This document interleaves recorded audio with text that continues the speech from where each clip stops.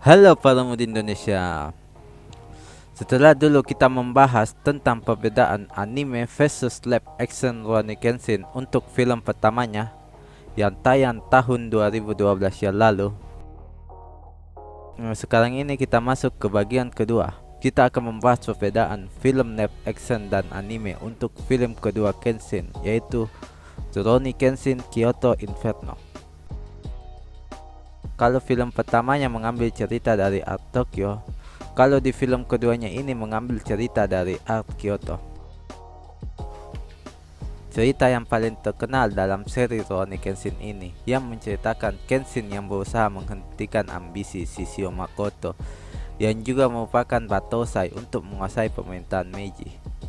Karena cerita dari Art Kyoto ini cukup panjang, jadi masuk akal jika filmnya dibagi dua, yaitu Kyoto Inferno dan The Legends End. Dan bisa dibilang Kyoto Inferno merupakan film yang ceritanya paling mendekati dengan versi manga maupun animenya, dan merupakan film yang paling terbaik di antara 3 film Samurai X menurut saya. Walaupun Kyoto Inferno adalah film dengan cerita yang paling mendekati dengan versi aslinya, tetap saja ada beberapa perbedaan dengan versi animenya. Apa saja perbedaannya? Mari kita bahas satu persatu. Check it.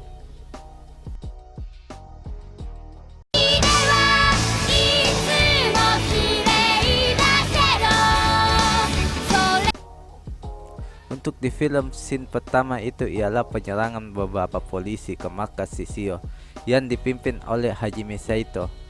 Dan seperti yang kita lihat, para polisi itu dibantai habis oleh Shishio dan pasukannya, Juppon Katana. Scene ini merupakan scene original yang tidak ada dalam anime maupun manganya. Tapi sebenarnya tidak 100% original sih, karena dalam animenya, setelah Okubo dibunuh, Kenshin dan Saito yang mencari informasi tentang Shishio di kepolisian Meiji menemukan rahasia bahwa pemerintahan Meiji telah mengirim beberapa polisi untuk menyerang markas Shishio. Tapi tak ada satupun yang kembali, kemungkinan tewas. Bedanya kalau di anime Saito tidak ikut ya.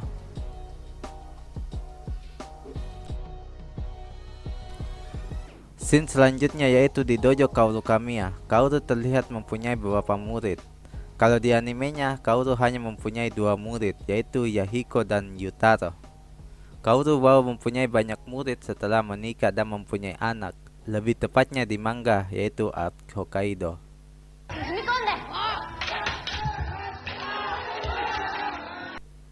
Lalu ada pihak kepolisian yang memanggil Kenshin untuk bertemu dengan Tuan Okubo untuk membicarakan tentang Shishio.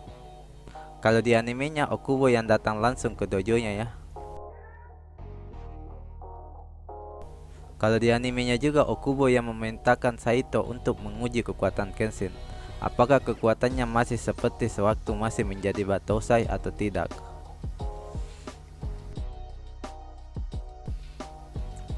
Lanjut ke flashback Shishio. Sama ya antara anime dan filmnya, di mana Shishio dibunuh karena terlalu berbahaya untuk pemerintahan Meiji dan jasadnya dibakar hidup-hidup. Ya, kalau di filmnya lebih realistis, di mana Shishio selamat karena ada salju yang turun, walaupun mengalami luka bakar yang cukup parah.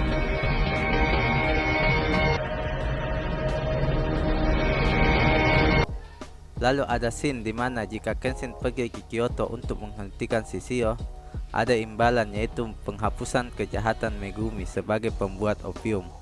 Mirip ya di animenya. Lalu ada Sojiro yang membunuh Okubo, mirip juga seperti di animenya. Lalu Sojiro memperingatkan Kenshin, mirip juga seperti di animenya.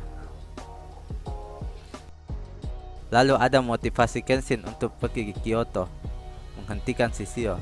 Ya, kalau di animenya motivasinya selain kematian Okubo, harus ada yang menghentikan kekejaman Shishio, dan itu adalah Kenshin sendiri. Ya, kalau di filmnya hampir sama ya motivasinya. Cuma kalau di film motivasinya nambah satu, yaitu ketika Kenshin teringat istrinya Tomo.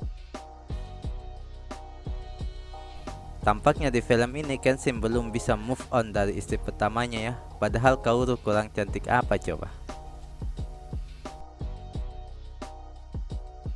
Lalu scene perpisahan Kenshin dan Kaoru kurang lebih hampir sama ya antara anime dan filmnya. Cuma bedanya kalau di animenya perpisahannya di malam hari dan Kaoru yang menangis terseduh-seduh ala anime. Menangis, membayangkan betapa kejamnya dirimu atas diriku. Kau duakan cinta ini. Kalau di live actionnya perpisahannya terjadi pada siang hari. Kaoru pun terlihat tegar menghadapinya walaupun terlihat matanya berkaca-kaca.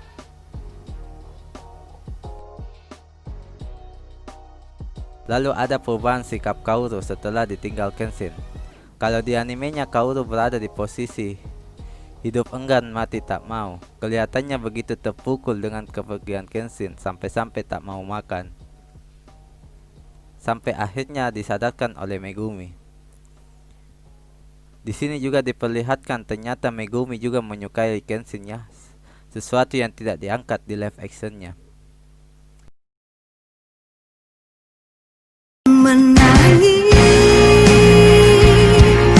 membayangkan betapa kejamnya dirimu atas diriku. Kau duakan cinta ini. Itu kalau di anime. Kalau di live actionnya Kaoru terlihat menahan perasaannya dan terlihat lebih kuat. Sama dengan di animenya Megumi lah yang menyarankan Kaoru untuk menyusul Kenshin ke Kyoto. Lanjut, setelah Kenshin pergi, Sano yang emosi bertemu dengan pria misterius bernama Aushi Shinomori. Ya, kalau di animenya Sano bertemu Aushi ketika di kediaman Takeda Karyu ya. Lalu Aushi bertemu Megumi di sini. Ya, ada perbedaan antara anime dan live actionnya. Di anime, Aushi dan Megumi sudah saling kenal. Aushi bekerja pada Takeda Karyu sebagai pengawal, sedangkan Megumi yang membuat opium untuk Takeda Karyu. Sedangkan di filmnya Aushi dan Megumi tidak saling kenal dah. Dan itu adalah pertemuan pertama kali mereka.